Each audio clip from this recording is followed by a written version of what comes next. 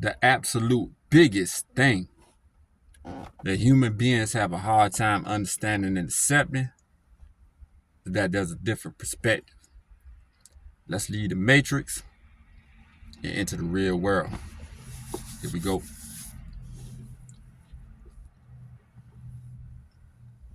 Let's talk about Rism. I don't know YouTube's policy on the topic, but it rhymes with face. But I'm not gonna say the whole word. Rism. You know, black, white people, Hispanics, Asians, Middle Eastern, whatever you are, whatever ethnicity that you are, whatever culture that you are. Rhymes with face, but I'm not going to say the word, so Rism. And later on this video, I might start saying the word because I think that's how it goes. But I did a post on Facebook where I started off the post. It was about black men. And I started off the post by saying black men. And then I also said, and men as a whole. But I started off with black men. And I explained in the comments because it struck a nerve with a lot of people. And a lot of people, mainly Caucasian men. Because I'm an advocate.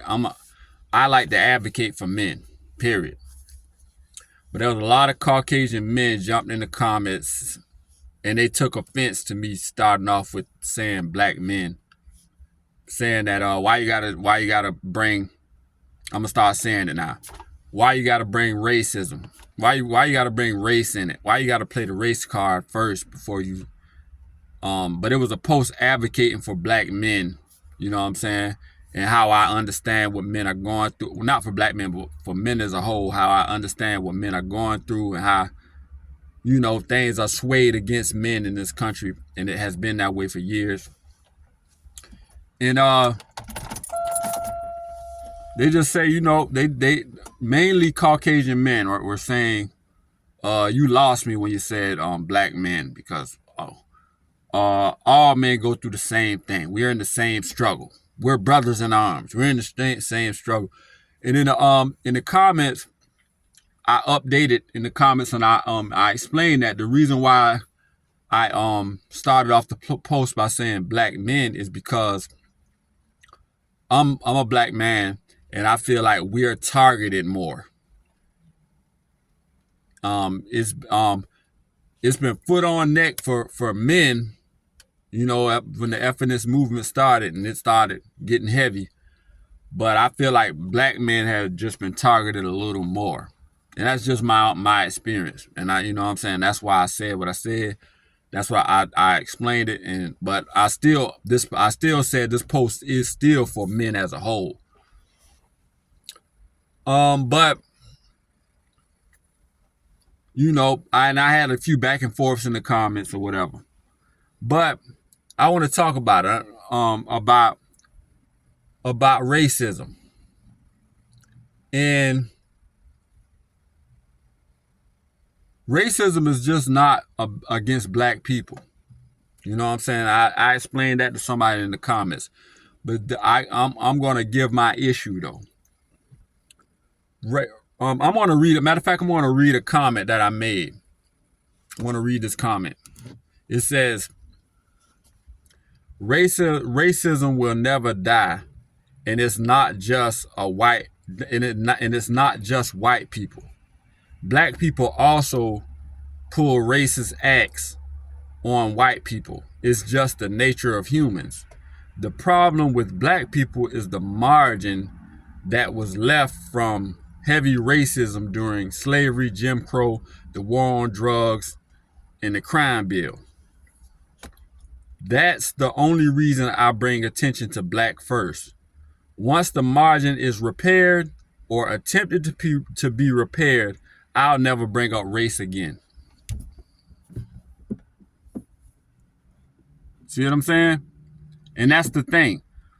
And I think white people will would agree with the margin, mainly because, and it's just a education gap, and a financial gap.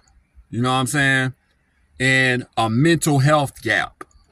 You see what I'm saying?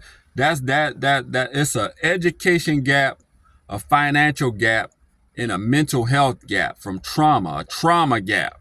That's the it's just a gap, like objectively speaking, not, you know what I'm saying? Because a lot of people, when you start talking about racism, you got people that just all feelings, all, you know what I'm saying? That's how people get hurt and stuff.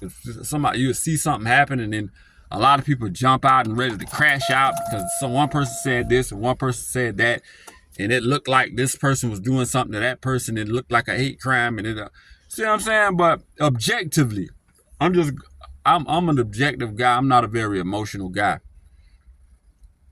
Like, it's just a gap, and you could just Google the wealth gap, like, to explain it. It just trickled down from slavery. Like, a lot of white families had free labor, and it just trickled down into wealth that is still being benefited from today from white people. And it just is what it is. And the trauma gap. A lot of things that have been passed down, trauma from all the anguish. You could just put two and two together. A lot of anguish in those slavery days, a lot of anguish when it came to Jim Crow, and a lot of hurt, a lot of suffering, and then the same trauma been passed down to the kids and to the next generation, the next era, you see what I'm saying? And it's still in us. And that's what I'm saying. So some type of way, I believe it's up to the government. And in a lot of the times when these debates happen, the on the Caucasian side, it seems like the guy was always insinuating that there's a laziness amongst black people. Like, okay, shrink that gap, like tighten up your bootstraps, and there's a lot of opportunity in this country. We just Barack Obama was president. Barack Obama was president. No, there should be no excuses. LeBron James is the greatest player that ever lived, and he just became a billionaire. There's no excuses. Like, those are lottery type situations. And Barack Obama is not a descendant of slaves anyway. But that's a lottery. That's the exception to the rule. You can't have one guy, one or two guys, you know what I'm saying? 1%, and I know it's less than 1% out of 100, and then say, okay, since this guy won the lottery, nobody else should. The genetic lottery, whether it be brains or physical abilities, nobody else, the 99% of the rest of the people, you have no excuses, because this person here, they did it. You know what I'm saying? And even when it comes to academics, like, there could be a black person with great mental, and they can go through school like a hot knife through butter, and then become an engineer, and you see what I'm saying? But that's the mental lottery of, you know what I'm saying? There's a lot of different levels of IQ, a lot low, a lot of miseducation, a lot of bad education in the black communities. Like, it's just a gap. And people got to open up their minds, even though, of course, there's a percentage of black people who thrive. It doesn't trickle down. And just like I said, and I'm gonna wrap this video up. We're about to go over 10 minutes, but a decent repair of that gap that trickled down. And I know there's a lot of people in this world with a lot of opinions. I know there's still going to be a lot of people that say, no, it's a handout. No, never, never. Black people don't deserve anything. Now just work your way up. And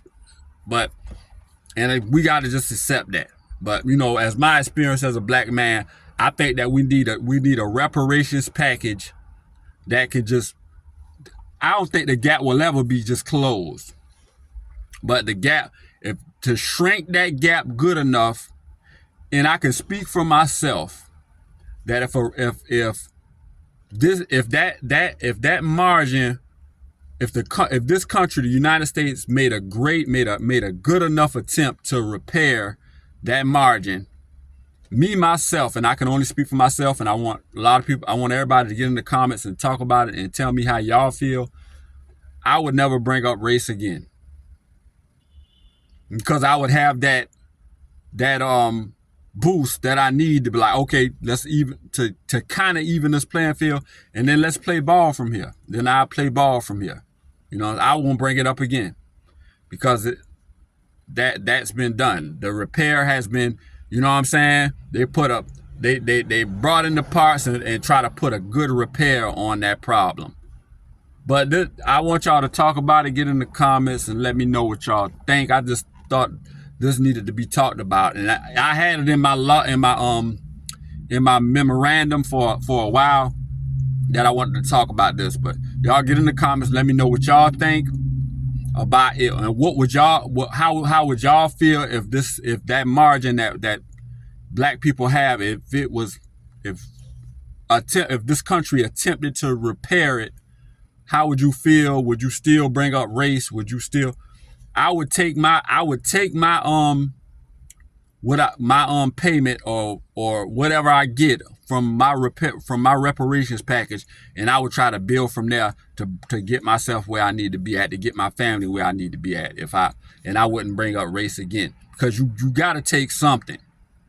But the absolute biggest thing that human beings have a hard time understanding and accepting, that there's a different perspective.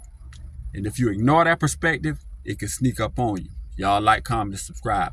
Logical Life Perspectives.